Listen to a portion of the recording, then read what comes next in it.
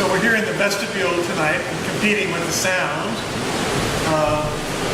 Just as we're all competing with the sound in our heads, as we sit.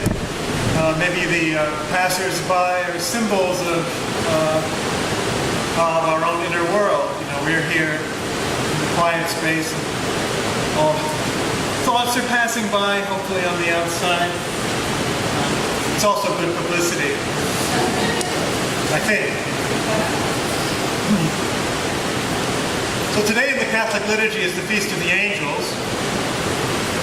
Michael,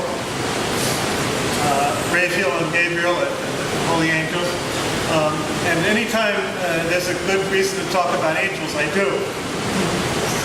So I will tonight too. I think we've treated this before, but it's always good to revisit it, maybe get some new insights, some new inspiration for myself and hopefully for yourself.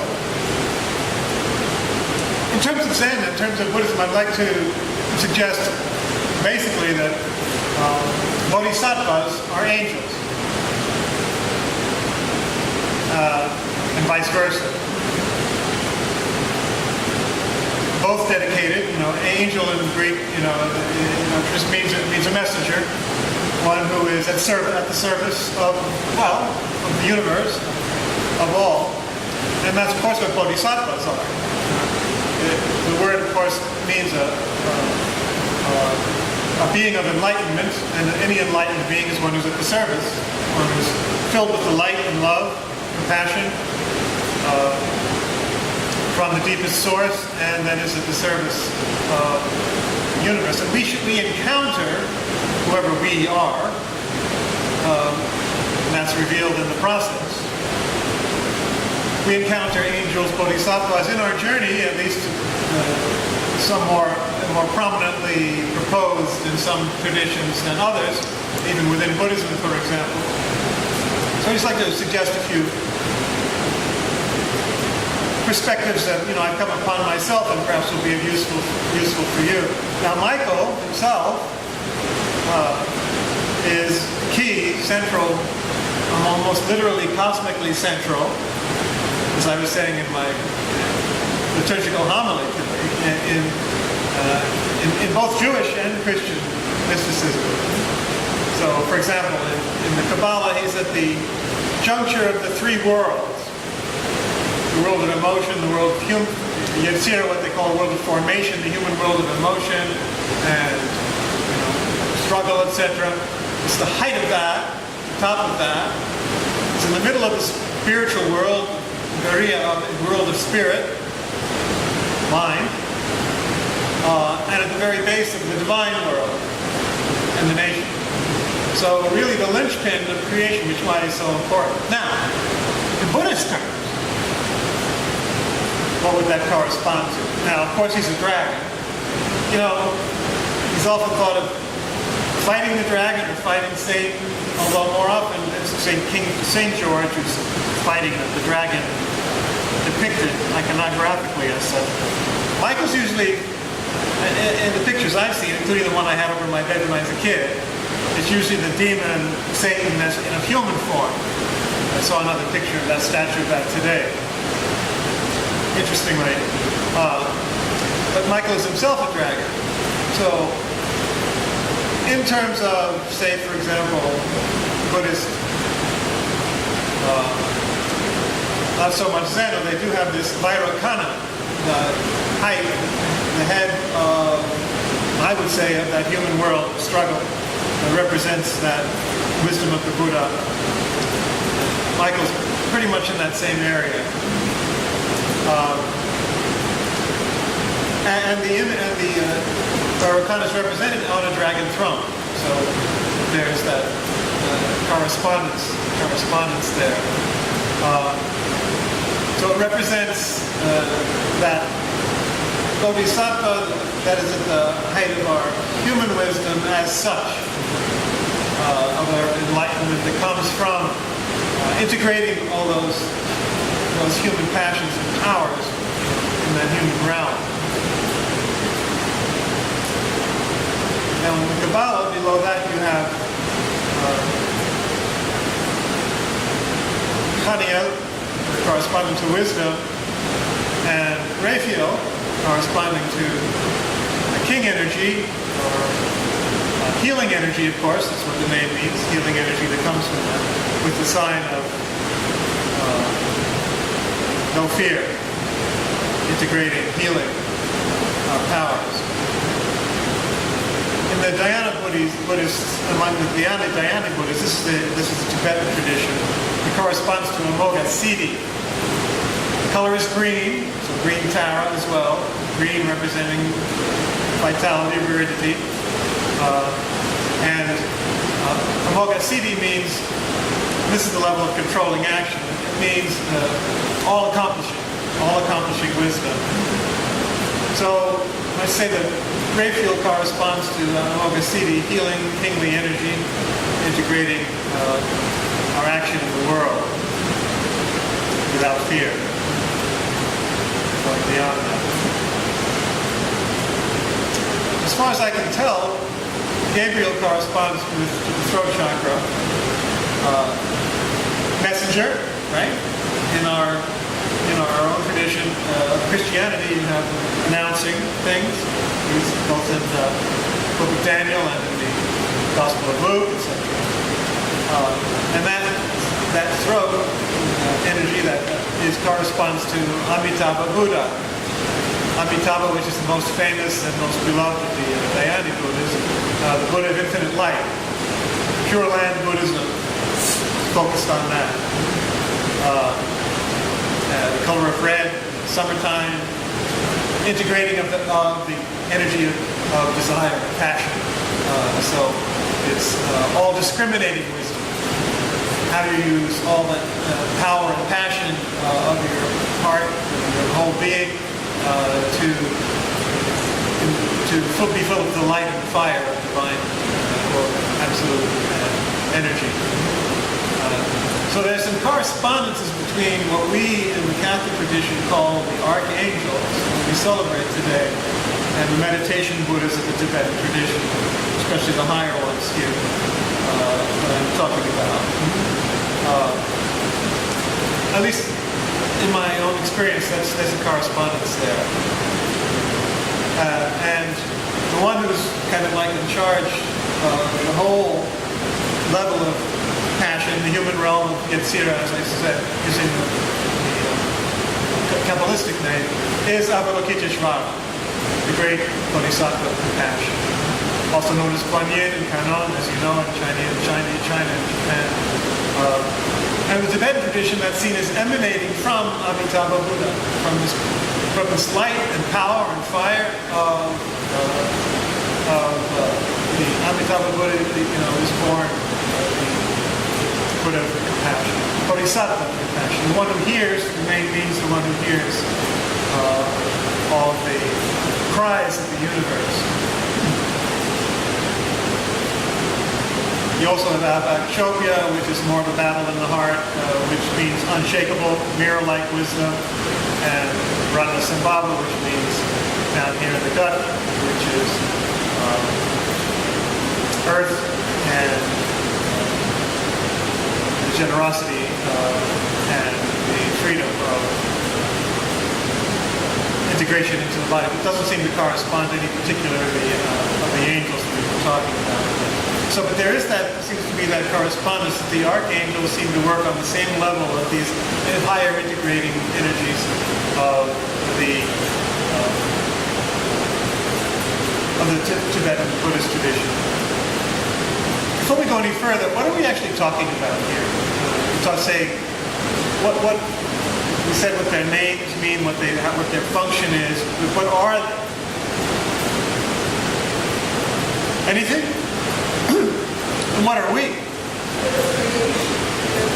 Well, I can't say about creation because Buddhism doesn't talk about creation.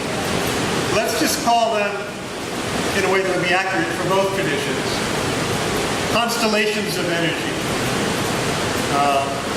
Compilations or ganglions of energy.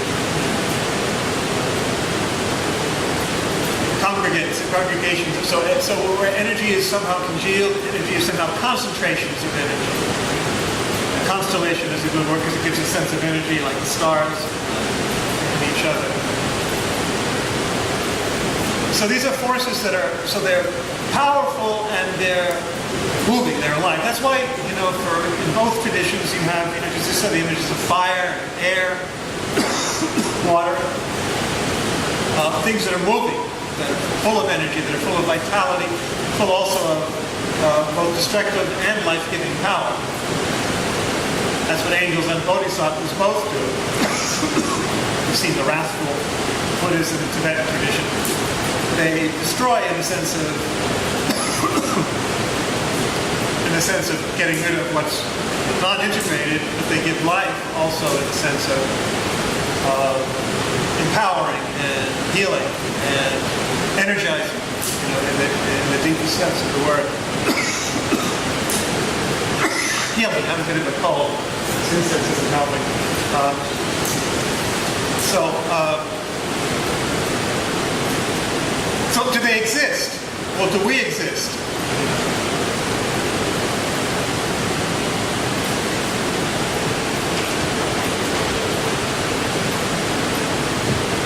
We have no substantial being, we say. We see ourselves as isolated, determined kinds of sets of being. But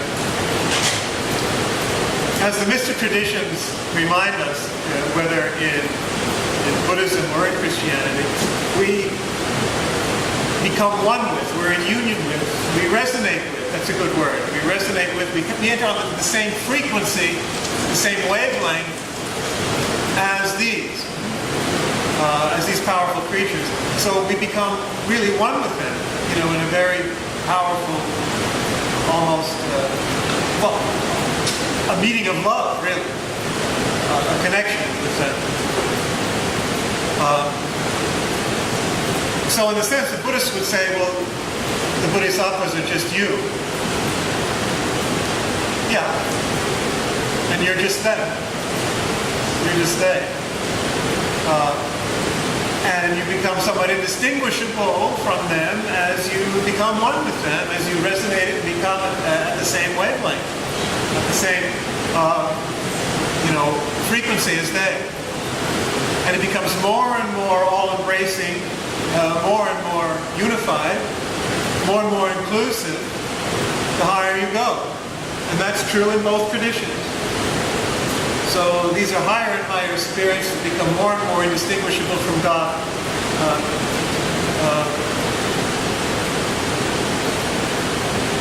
As you go forward. So don't define them because they're just momentary constellations of energy as we are ourselves. And we can't be defined or limited, nor can they, by anything that they're doing. I wouldn't mess with those, Yeah.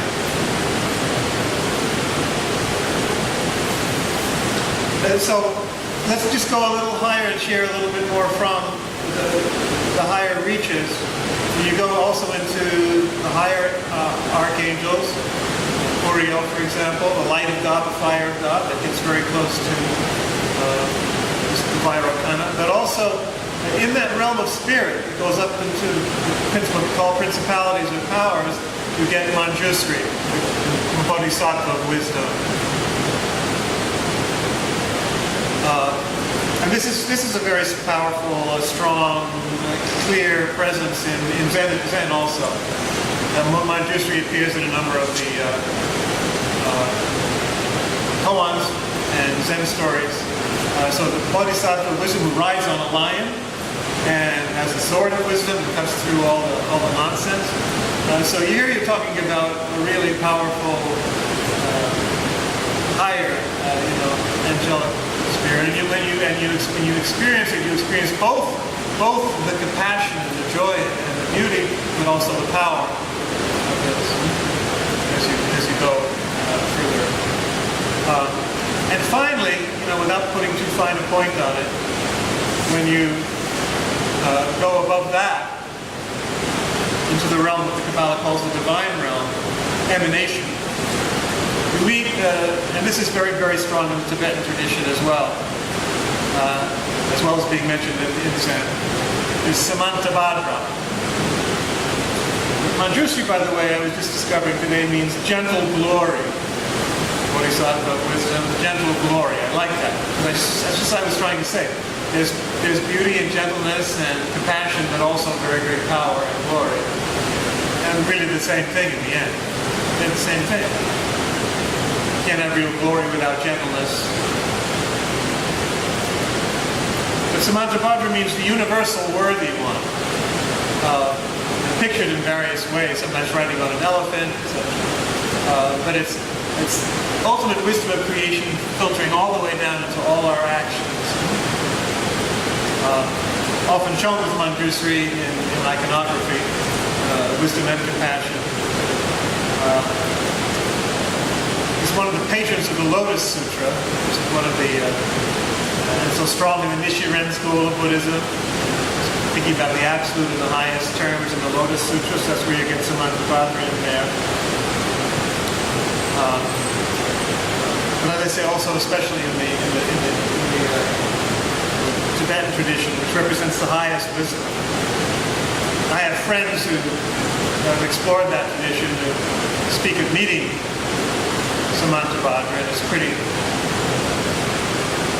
overwhelming. So you kind of have to, as our own patristic, Christian patristic tradition says, you go through the ranks of the angels and you get up there higher and higher. The Kabbalah speaks of that too. You have to be more and more purified, more and more, get your energy level, the frequency higher and higher so that you're not completely exploded and burned up by meeting any of these too high too soon. But when you are ready for it, well, you're ready for it. And ultimately, you're ready for the absolute, Buddha nature, Christ, God. And it's just this powerful union of energies, union of life, love, frequency, whatever you want to call it. So it's very real. And you might like to go on a little expedition to I won't say hunting expedition to find the angels, because they're already on a hunting expedition to find you. So hopefully you'll meet each other in a mutual embrace pretty soon along the way. I think that's all I'll say about that right now. I wanted to leave, we have a few minutes time. If people have questions or comments, because you probably do. So if any questions or comments come up now, please feel free.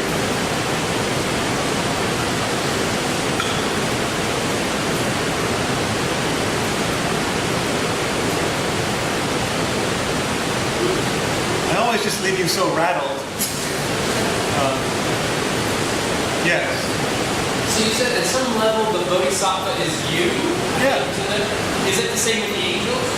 Well, yeah. It's easier to see when you say, I'm Christ, or at some level you're Christ, you're the body of Christ. So when you're talking about divine energy, but even in Christ it's more than just divine energy, it's the humanity of Christ as well. It's what the Eucharist is. So yeah, you can say that, well, that's the mystics say. The great mystics say you're indistinguishable. It's like a marriage, a mystical marriage, where you become one. So there is analogously at least. It's true also when you meet, these great spiritual energies we call angels and bodhisattvas. But in the Catholic tradition, angels are angels. They're not like, They're not like what? Because bodhisattvas, at least from my understanding, the bodhisattvas are sometimes they're human beings that become enlightened. Thank you for mentioning that, because that's a point I left out. Yes, some bodhisattvas, like the saints, yes, like Christian saints or any kind of saints, Hindu saints, Sufi saints, Jewish saints, they're human beings who achieve a certain level of transcendence and energetic, animation. Yes, so some of them are human, that have been human. Yes.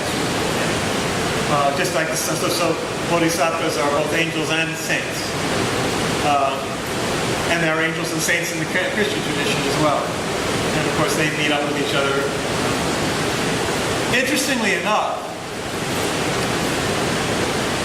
just around the level of Manjusri, there's in the tradition, in the Kabbalistic tradition, there's an angel called Metatron. You may have heard of that word, Metatron. If you watch the TV series Supernatural, there's Metatron on that. But I could never identify with that as an angelic energy until I finally found out why. They themselves say it's really a human being that became energized at that level. So it's not an angel there. It's Enoch or Elijah, maybe a combination. So even in the not just the Buddhist tradition, but in the Judeo-Christian tradition, you have humans, those who have been human, who do reach that level and are integrated in that sequence of ascending energies and descending. So we have both.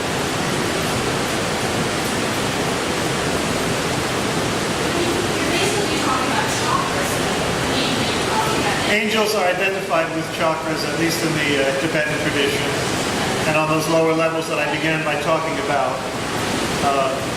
We even speak about the angels of the chakras, which would not be inaccurate. But of course, that's not a language that either Zen, or certainly not Christian tradition uses. But yes, the Tibetan tradition identifies those Vedic Buddhists specifically with the different chakras, as I indicated.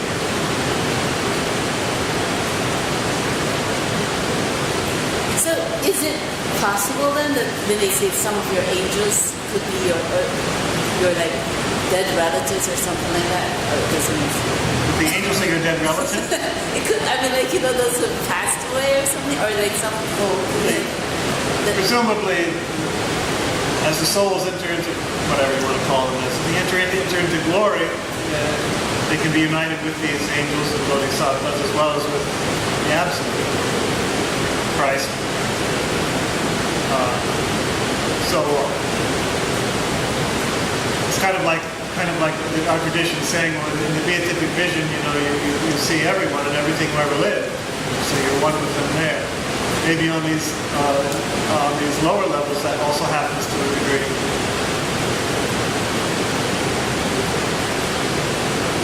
You have to get there to find out. Michael, could you say that if you met somebody who had this glory involved, not on the divine level, walking with this person, but you know him quite well, and still with this, is it an angel? You mean a human being? Yeah. No. Human beings are human beings. They have a lot of spiritual energy, but angels don't incarnate. I mean, you have the story of Tobit, Tobias and the angel Raphael appearing as a human. But I think those are folk tales. Sometimes you read books about people say, well, I have my guardian angel appear to me. You can maybe have apparitions. That may be possible. I don't exclude that. But they're not actual human beings.